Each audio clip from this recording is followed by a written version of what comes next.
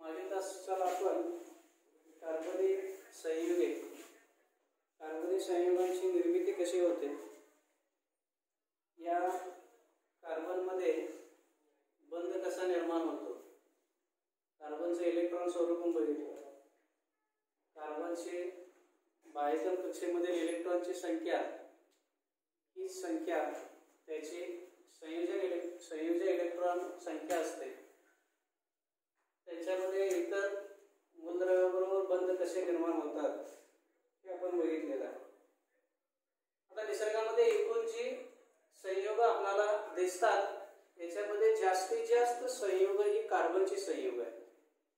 आता ही कार्बनची संयोग असण्याचा मुख्य कारण काय असेल तर याचं कार्बनचा गुणधर्म. आता कार्बनचा जो गुणधर्म आहे हा कार्बनचा गुणधर्म, तर हा कार्बन प्रत्येक मूलद्रव्याबरोबर संयोजन इलेक्ट्रॉन संधान करत असताना बंध तयार करण्याची जी क्षमता असते ती चांगली असते. आणि ही बंध तयार करण्याची क्षमता आणि कार्बनची जी शृंखला आहे, कार्बन कार्बन मध्ये बंध तयार करण्याची त्याची अद्वितीय क्षमता असते. आणि या कार्बन कार्बन बंध तयार करण्याच्या अद्वितीय क्षमतेमुळे अनेक कार्बनची संयुग ही या निसर्गामध्ये आपल्याला दिसतात. आता याच्यामधलंच हे बंध तयार करतात आणि जे सहसंयोजी बंध तयार करतात याच्यामध्ये आपण मागच्या तासाला बघितलं एकेरी बंध, दुहेरी बंध, तिहेरी बंध कसे तयार होतात. आता याच्यामध्ये एक उदाहरण आपल्याला पाहायचं आहे, मिथेन.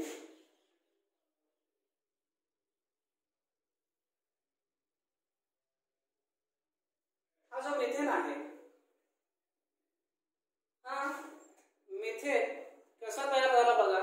एक कार्बन अणू आहे आणि हा कार्बनचा अणू त्याचे संयोजन इलेक्ट्रॉन किती आहेत, 4 आहेत, म्हणून तो 4 हायड्रोजन बरोबर संयोग पावतो.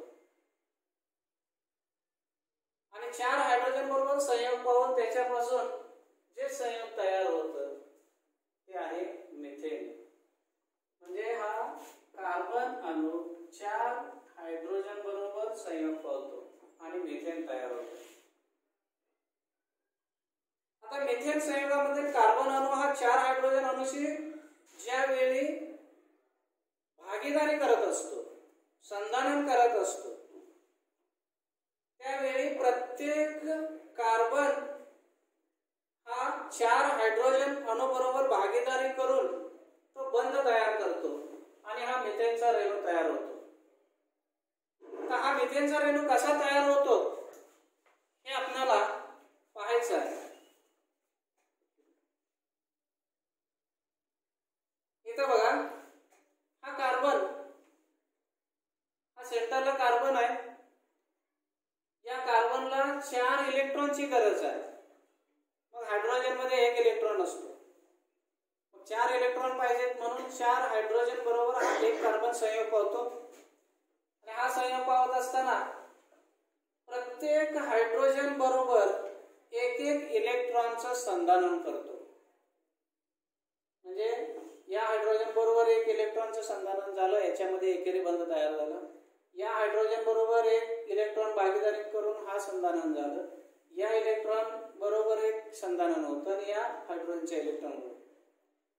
आणि हा 4 हायड्रोजन हे एक या कार्बन अणूला एकेरी बंधाने जोडले जातात आणि हा मिथेन तयार होतो. याचं रेणूसूत्र या पद्धतीने तयार होतं. आता हे रेणूसूत्र भागीदारीत कसे वापरले जातात इथं पुढच्या आकृतीत दाखवलेलं आहे बघा. मध्ये सेंटरला हा कार्बन आहे. आता कार्बनचा इलेक्ट्रॉन इथं गुणिले चिन्हाने दर्शवलेला आहे. हा कार्बनचा इलेक्ट्रॉन आहे आणि इथं हायड्रोजन जे 4 आहेत, या 4 हायड्रोजनचे 1 इलेक्ट्रॉन इथं टिंबाने दर्शवलेले आहेत. मग हा हायड्रोजनचा इलेक्ट्रॉन, हा कार्बनचा इलेक्ट्रॉन, इथं हे 2 एक जोडी भागीदारीत वापरली गेली. तसं याचं, तसंच याचं, तसं याचं, असे एकूण हे 2 2 2 4 असे 8 इलेक्ट्रॉन एकूण झाले. ते कार्बनच्या बाह्यतम कक्षामध्ये 8 इलेक्ट्रॉन झाले, म्हणजे त्याची कक्षा पूर्ण झाली. 4 भागीदारीमध्ये घेतला, स्वतःचे 4 होते. मग आता हायड्रोजन काय करतो भागीदारीमध्ये, तर हायड्रोजनच्या बाह्यतम कक्षेमध्ये एकच इलेक्ट्रॉन असतो. मग हायड्रोजनला पण एका इलेक्ट्रॉनची आवश्यकता असते. मग तो एक इलेक्ट्रॉन तो कार्बन कडे घेतो आणि त्याच्यामध्ये भागीदारी होते. हा एकेरी बंध याच्यामध्ये तयार होतो. म्हणजे या पद्धतीनं कार्बन आणि हायड्रोजन यांच्यामध्ये हा बंध तयार होऊन हा मिथेनचा रेणू तयार होतो. आता हे आपण जर टिंबानं दर्शवायचं म्हटलं तर कसं होणार आहे बघा. हा कार्बन, हा एक हायड्रोजन, हा एक हायड्रोजन, हा एक हायड्रोजन, हा एक हायड्रोजन. जर आपण टिंबानं दर्शवायचं म्हटलं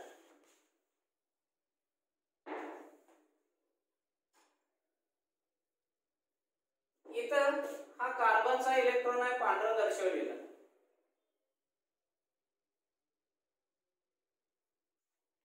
आणि हा हायड्रोजनचा इलेक्ट्रॉन आहे.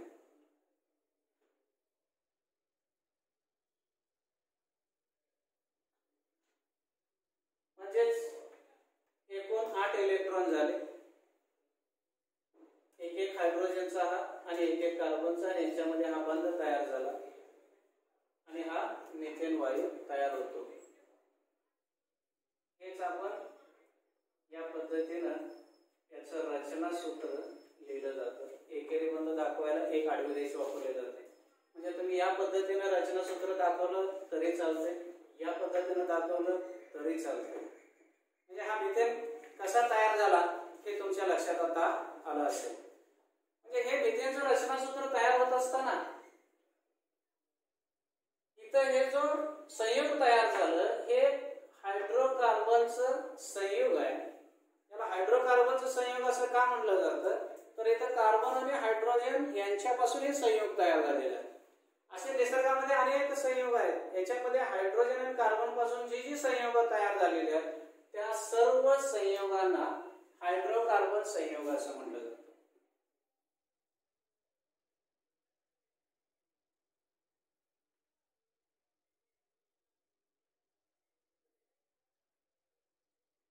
हायड्रोकार्बन संयुग म्हणजे काय लक्षात आले बघा. हायड्रोजन आणि कार्बन यांच्या संयोगापासून ती संयुग तयार झालेली असतात, म्हणून त्याला हायड्रोकार्बन संयुग असं म्हटलं जातं.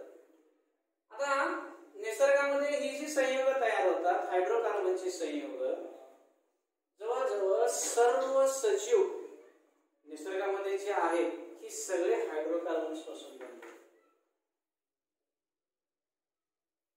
सर्व सजीव या कार्बनी संयुगापासूनच बनलेले आहेत. मग आपलं शरीर सुद्धा हे कार्बनी संयुगापासून बनले आहे. पण निसर्गामध्ये जी एकूण ही कार्बनी संयुग आहेत या संयुगांचा विस्तार किती आहे हे जर पाहायला गेलं तर सर्वात साधं कार्बनी संयुग जे आहे ते म्हणजे मिथेन आहे. सर्वात साधं संयुग कार्बनी जे आहे ते मिथेन आहे. आणि सर्वात मोठं कार्बनी संयुग जे आहे ते आहे डीएनए.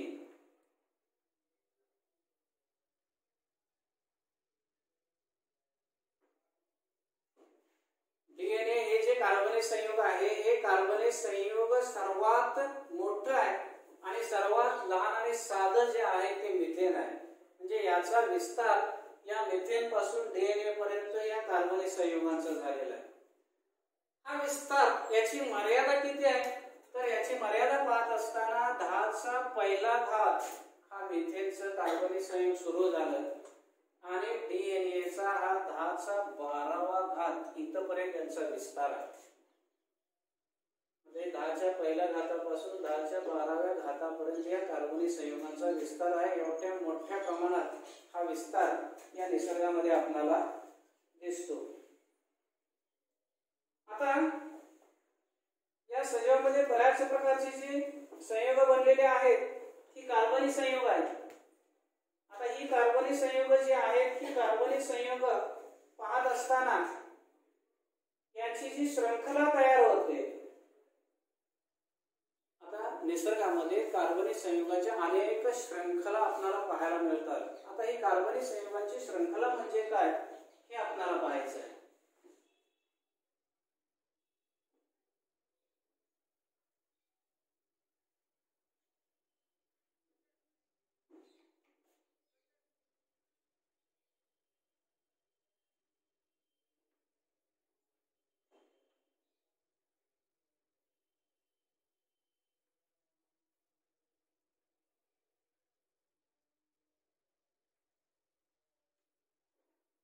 श्रृंखला बंधन शक्ती. तर कार्बन कार्बन अणूमध्ये सहसंयोजी बंध तयार करण्याची प्रबळ शक्ती असते. बघा, कार्बन कार्बन कार्बन असे अनेक कार्बन एकमेकाला सहसंयोजी बंधानं जोडण्याची प्रबळ शक्ती या कार्बन अणूमध्ये आहे. आणि या प्रबळ शक्तीमुळेच याची जी अद्वितीय क्षमता आहे, या क्षमतेमुळे या कार्बनचे असंख्य मोठे असे रेणू तयार होतात. असंख्य मोठे रेणू तयार होतात आणि ही रेणू तयार होण्याची त्याची जी क्षमता आहे यालाच श्रृंखला बंधन शक्ती असं म्हणतात. आणि या श्रृंखला बंधन शक्तीमुळेच कार्बनचे असंख्य आपणाला श्रृंखला या निसर्गामध्ये दिसतात. थोडी व्याख्या देऊ द्या.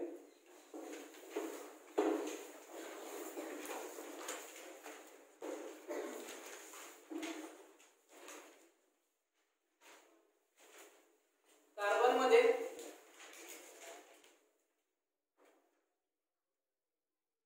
दुसऱ्या कार्बन अणूबरोबर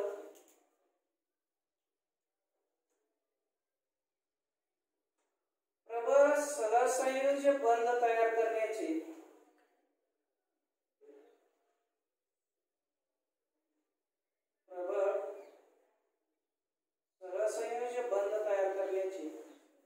अद्वितीय क्षमता असते.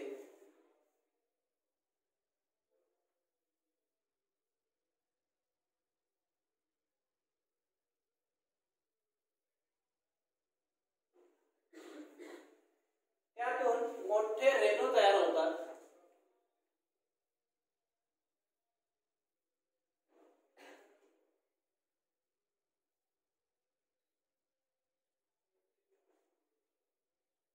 कार्बन अणूच्या या गुणधर्माला श्रृंखला बंधन शक्ती म्हणतात.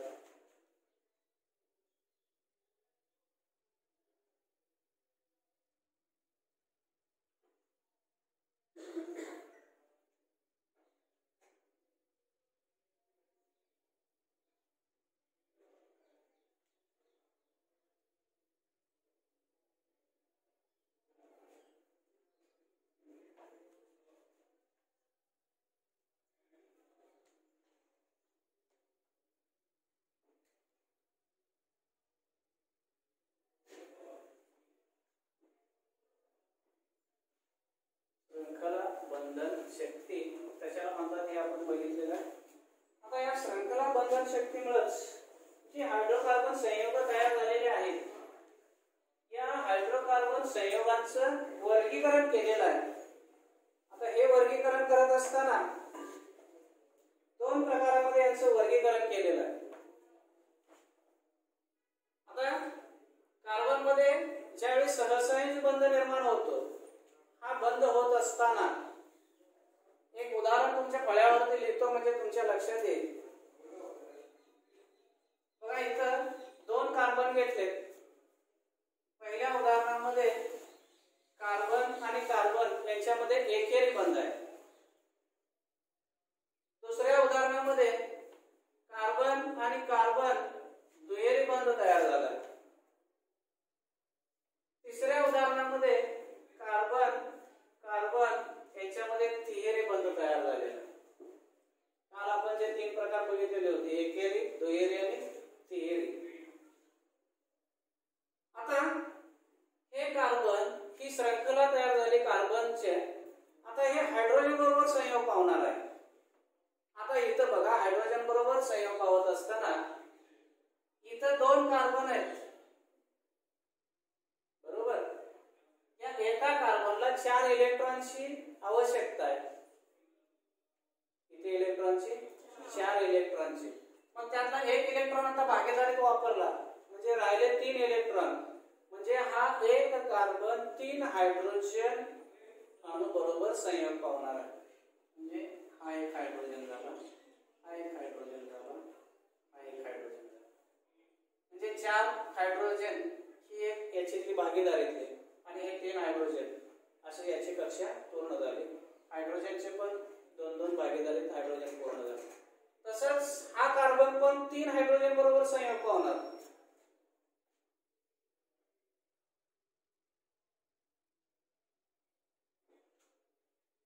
बघा याचं हे रेणुसूत्र C2H6, बरोबर. त्याचं रचनासूत्र हे आलं, रेणुसूत्र हे आलं. आता इथं पण 2च कार्बन आहेत पण त्यांच्या दुहेरी बंध आहेत. दुहेरी बंध आहेत म्हणजे इथं इलेक्ट्रॉन भागीदारीत 2 आहेत. आता कितीची गरज आहे? 2 इलेक्ट्रॉनची गरज आहे. म्हणून हा कार्बन 3 बरोबर संयोग पावत नाही, त्याला 2 चीच गरज आहे. म्हणून 2 हायड्रोजन बरोबर संयोग पावतो. बघा इथं हा पण 2 हायड्रोजन बरोबर संयोग पावतो. हे 2 आणि इथले भागीदारीतले 2 असं 4. याचं पूर्ण झालं, याचं पण पूर्ण झालं. याचं रेणुसूत्र आहे C2H4. तिसऱ्यामध्ये काय झालं बघा, 3 इलेक्ट्रॉन भागीदारीत वापरले. आता इथं तिहेरी बंध आहे म्हणजे याला लागणार आहे किती आता? एकच इलेक्ट्रॉन. म्हणजे एका हायड्रोजन बरोबर हा संयोग पावतो.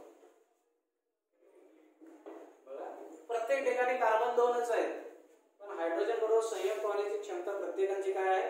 वेगवेगळी आहे. का वेगवेगळी आहे? कारण त्या कार्बन मध्ये बंध कोणत्या प्रकारचा आहे त्याच्यावरती अवलंबून आहे. याचं रेणुसूत्र काय झालं? C2H. बघा इथं कार्बन 2 आहेत पण हायड्रोजन 6 आहेत. इथं कार्बन 2 आहेत, हायड्रोजन 4 आहेत. इथं कार्बन 2 आहेत, इथं हायड्रोजन 2 आहेत. हे कशामुळे बदल झाला? तर कार्बन मध्ये जे बंध तयार झाले याच्यामुळे हा बदल होत गेलेला. असं हायड्रोकार्बनचं या 3 प्रकारात वर्गीकरण केलेलं आहे. आता याच्यामध्ये 3 प्रकारात बघितलं. याचं 2 हे दुहेरी बंध आणि तिहेरी बंध यांचा एक गट केला आणि एकेरी बंधाचा एक गट केला. म्हणजे जे हायड्रोकार्बन आहेत या हायड्रोकार्बनचं 2 गटामध्ये वर्गीकरण केलं. ते वर्गीकरण इथं तुम्हाला दिसतंय.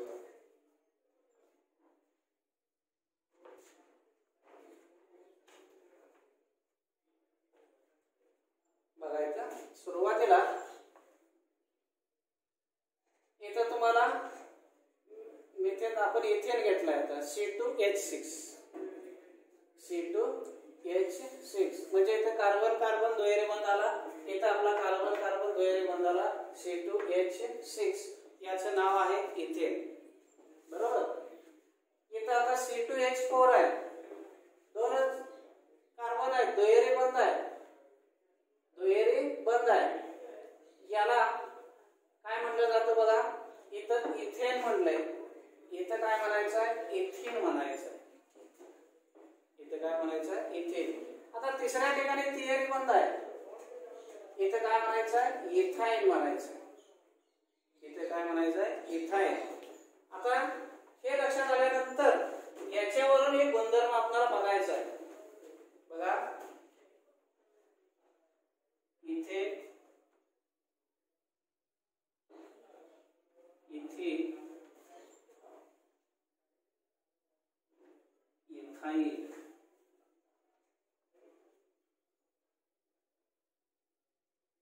याला अल्केन म्हणलं जातं. अल्केन, याला अल्केन गट म्हणला जातो. सिंगल असेल तर त्याला अल्केन गट, दुहेरी बंध असेल तर अल्कीन गट, आणि तिहेरी बंध असेल तर अल्काईन. याला काय म्हणलं जातं? अल्काईन. अल्काईन असं म्हटलं जातं.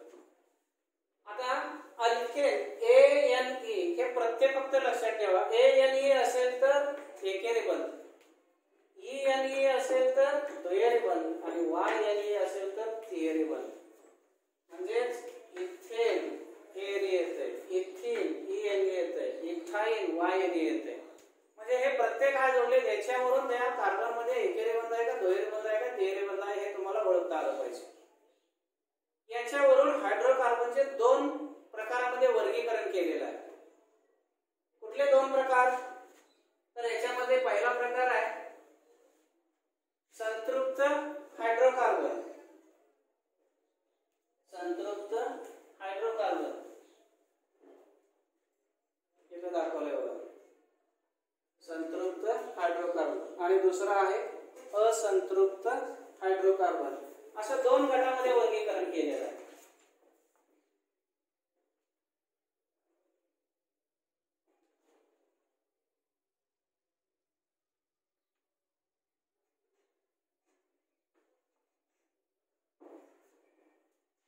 म्हणजे अल्केन गटातले सगळे हायड्रोकार्बन्स आहेत ते संतृप्त असतात आणि अल्केन आणि अल्काईन गटातले जे सगळे हायड्रोकार्बन्स आहेत ते सगळे असंतृप्त आहेत. म्हणजे ज्या हायड्रोकार्बन मध्ये कार्बन कार्बन एकेरी बंध असतो ते सगळे संतृप्त हायड्रोकार्बन, आणि ज्या कार्बन संयुगामध्ये कार्बन कार्बन मध्ये दुहेरी किंवा तिहेरी बंध असतो त्याला असंतृप्त हायड्रोकार्बन असं म्हटलं जातं. हा घटक याच्यामधला महत्वाचा आहे. संतृप्त आणि असंतृप्त हायड्रोकार्बन हे दोन्ही येतात असंतृप्त मध्ये. हा संतृप्त हायड्रोकार्बन, याच्यावर तुम्हाला व्याख्या विचारली जाते किंवा फरक स्पष्ट करायला विचारलं जातं किंवा उदाहरण द्या असा प्रश्न विचारला जातो. लिहून घ्या.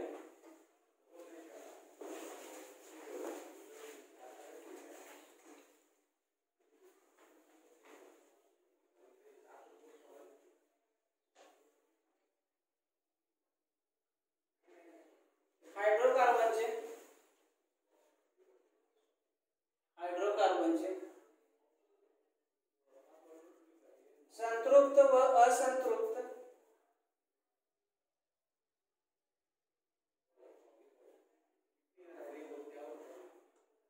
अशा दोन प्रकारामध्ये वर्गीकरण केलेले आहे.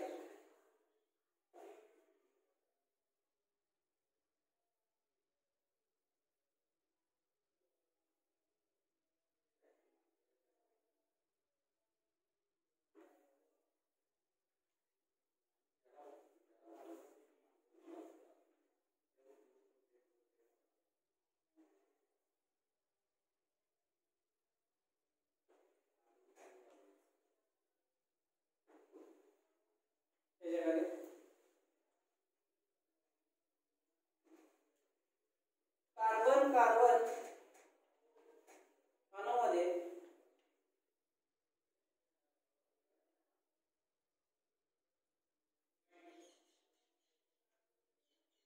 एकेरी बंध असतो. एकेरी बंध असतो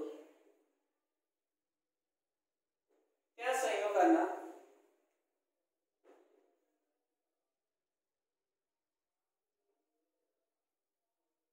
संतृप्त हायड्रोकार्बन असे म्हणतात.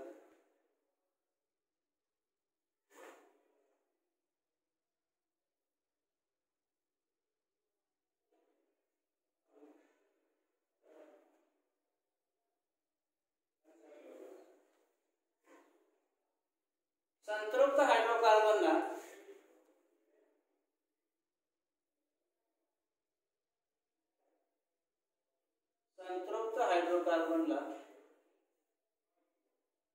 अल्केन असेही म्हणतात.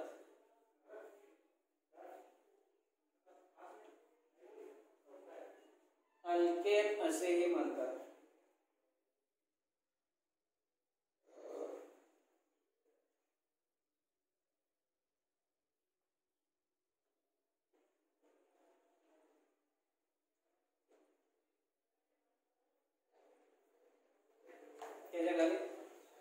ज्या कार्बनी संयोगामध्ये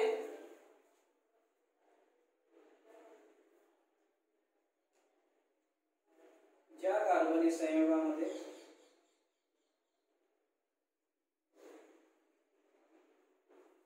दोन कार्बन अणूमध्ये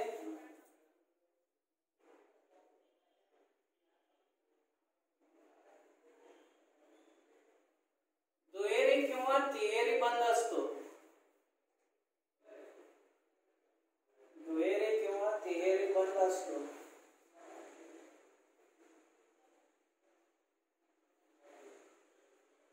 त्यांना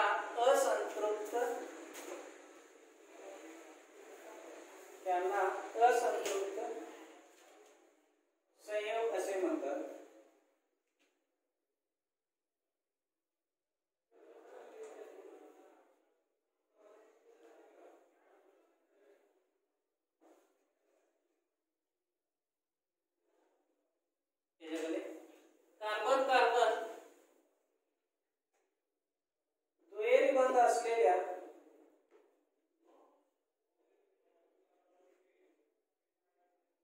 कार्बन कार्बन दुहेरी बंध असलेल्या असंतृप्त हायड्रोकार्बनना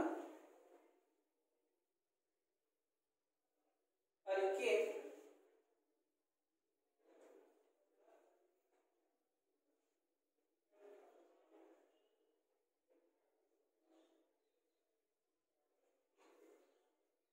व कार्बन कार्बन तिहेरी बंध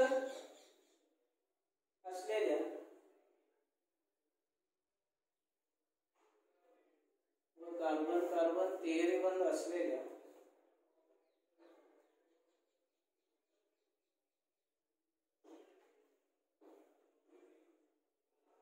असंतृप्त हायड्रोकार्बनना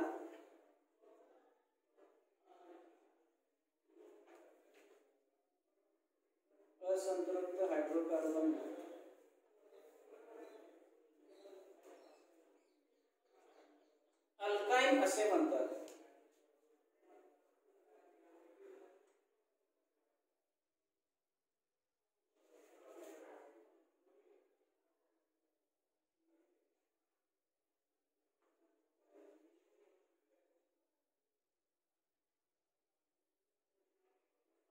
अल्काइन असे म्हणतात.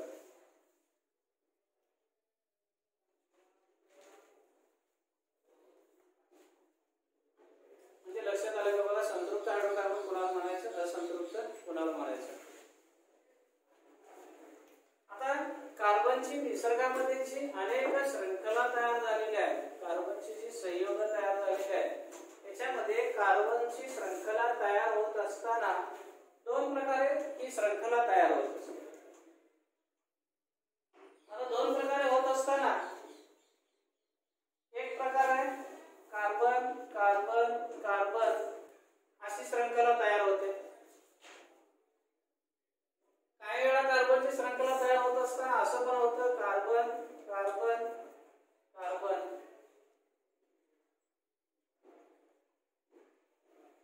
आता ज्यावेळी चार कार्बन येतात त्यावेळी हे ब्युटेन असतं. एक असेल तर methane, methane, ethane, propane, butane असं कार्बनची संख्या वाढत गेली की त्याचे नाव बदलत जातं. आता ही कार्बन एकमेकाला जोडलेले आहेत, ही सरळ जोडलेले आहेत म्हणून याला सरळ शृंखला असं म्हटलं जातं. एक कार्बन काय झालेलं आहे, रेषेत नाही म्हणून याला शाखीय शृंखला असं म्हटलं जातं किंवा वलय शृंखला असं पण म्हटलं जातं. म्हणजे कार्बन एकमेकाला जोडण्याची जी पद्धत आहे हे दोन प्रकार आहेत, एक सरळ आणि दुसरं शाखीय शृंखला, असे दोन प्रकार आपण याच्यामध्ये पाहणार आहोत. वरतीला हेडिंग कार्बन अणूंच्या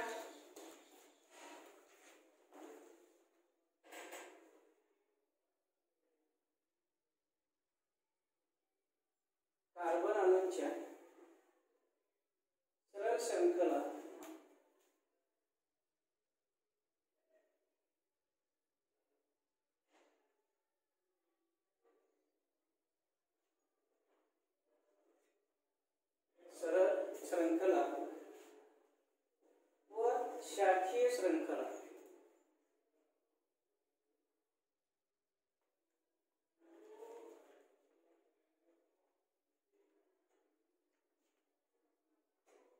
किंवा त्याला वलय असं पण म्हटलं जातं. वलय म्हणजे तिथं बेंझिनचं रचनासूत्र पुढे येईल, तुम्हाला त्यावेळी ते लक्षात येईल. म्हणजे या पद्धतीने कार्बनची रचना असेल तर त्याला सरळ शृंखला म्हणायचं, या प्रकारे असेल तर याला शाखीय शृंखला असं म्हटलं जातं. आता याच्यामध्ये तुम्हाला पान नंबर 116 वरती 9.12 एक चार्ट दिलेला आहे. याच्यामध्ये पहिल्या रकान्यामध्ये कार्बन अणूंची सरळ शृंखला दिलेली आहे आणि दुसऱ्या मध्ये रचना सूत्र दिलेलं आहे आणि तिसऱ्यामध्ये त्याचं रेणुसूत्र लिहा आणि चौथ्यामध्ये त्याचं नाव तुम्हाला दिलेले आहे. एका कार्बन पासून सुरुवात झालेला आहे. मेथेन, इथेन, प्रोपेन, ब्युटेन या पद्धतीने म्हणजे कार्बन मधलं तुम्हाला बंध दिलेला आहे आणि कार्बन मध्ये बंध जो दिलेला आहे याच्यावरून रचना सूत्र आणि रेणुसूत्र हे तुम्हाला तयार करता आलं पाहिजे. त्याच्यातलं एक उदाहरण घेतो म्हणजे तुमच्या लक्षात येईल. 2 नंबरचं उदाहरण आपण घेऊया. याच्यामध्ये कार्बन आणि कार्बन दिलेला आहे आणि विचारलंय तुम्हाला रचना सूत्र. आता रचना सूत्र तयार करत असताना मी तुम्हाला मगाशी सांगितलं त्या पद्धतीनं कार्बन कार्बन हा एकेरी बंध आहे. त्याचं रचना सूत्र तयार करत असताना याला पुन्हा किती कार्बनची हायड्रोजनची गरज असणार आहे? 3. म्हणजेच हायड्रोजन हायड्रोजन हायड्रोजन याला पण 3. हे झालं याचं काय रचना सूत्र झालं. रेणुसूत्र, रेणुसूत्र म्हणजे याच्यामध्ये कार्बनची संख्या आणि हायड्रोजनची संख्या लिहायची आहे. म्हणजे याचं रेणुसूत्र काय होणार? कार्बन 2 आहे आणि हायड्रोजन किती आहे? 6 आहे. हे झालं त्याचं रेणुसूत्र. पुढे नाव दिलेलं आहे. असं तो चार्ट तुम्ही पूर्ण करायचा आहे. लक्षात येईल का? सोपं आहे. फक्त तुम्ही काय करायचं आहे, कार्बन याला 4 इलेक्ट्रॉनची गरज आहे म्हणजे किती हायड्रोजन जोडावे लागतात हे पाहावं लागेल. एवढं बघितल्यानंतर लक्षात येईल. एकापेक्षा जास्त असतील